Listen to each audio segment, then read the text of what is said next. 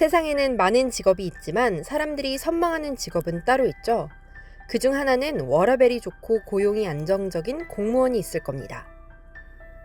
그러나 꽤 많은 청년들이 이 신의 직장에 사직서를 내고 있다고 합니다. 안녕하세요. 저는 공무원 생활 한 4년 정도 하다가 지금 올해 10월 달에 퇴사를 하고 이제 제2의 인생을 살고 있는 구강회라고 합니다. 공무원은 2015년부터 청년과 청소년들이 가장 선호하는 직업 1위를 차지해 왔습니다. 그런데 최근엔 선호도가 대기업에 밀렸다고 하는데요. 왜일까요? 개인적으로 만족을 많이 할 수 있는 직업이라고 생각을 했어요. 그래서 워라밸도 되게 좋을 거라고 생각을 했고 이제 일과 가정의 양립을 하고 뭐 저녁에 있는 삶 이런 거를 누릴 수 있는 직업이라고 생각을 해서 강은 씨가 고생 끝에 마주한 공무원 사회는 생각과 많이 달랐다고 합니다. 저도 이제 한 2년 차나 3년 차 때는 좀 야근을 많이 했었어요. 신규 공무원들이 가게 되면 좀 일반적으로 좀 기피 부서나 좀 책임감이 있는 좀 일이 많은 부서에 배치되는 경우가 많아서 거기다가 이제 저는 워라밸이 되게 좋은 직업이라고 생각을 했는데 막상 실제로 일해 보니까 이제 외부에서 바라보는 것만큼 야근이 없다거나 뭐 9 to 6가 정확하게 지켜진다거나 외부에서 보는 것만큼은 좀 아니었다. 그런 게 좀 차이가 있었던 것 같아요. 국가와 국민을 위해 열심히 일하겠다던 마음도 보상이 없는 야근과 초과 근무가 일정 기간 지속되면 속절없이 무너집니다.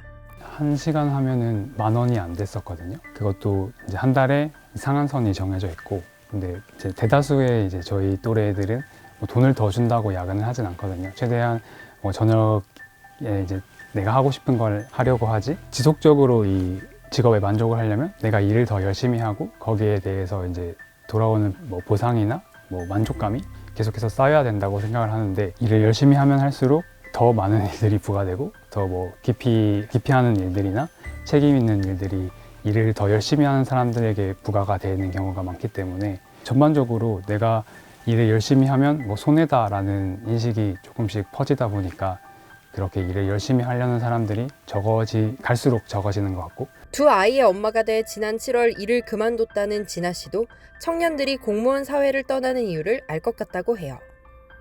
저 같은 경우에는 이제 육아휴직을 마치고 돌아왔을 때 완전히 그냥 엉뚱한 업무로 복귀를 시켜가지고 처음 해보는 일을 해야 했고, 그 육아휴직에서 복귀하는 것 자체가 반갑지가 않았던 거였죠. 표면적으로는 이용을 할 수 있는데 좀 마음속에서는 그 조직도 아직 그런 제도들을 받아들일 준비가 되지 않았다. 겉으로는 쓸 수 있지만 그에 따른 불이익이나 눈치도 많이 봐야 되고 그런 부분이 좀 힘들었던 것 같아요. 왜라고 물을 수 없는 경직된 분위기는 곧 이 일을 계속해도 되는 걸까 하는 고민으로 이어집니다.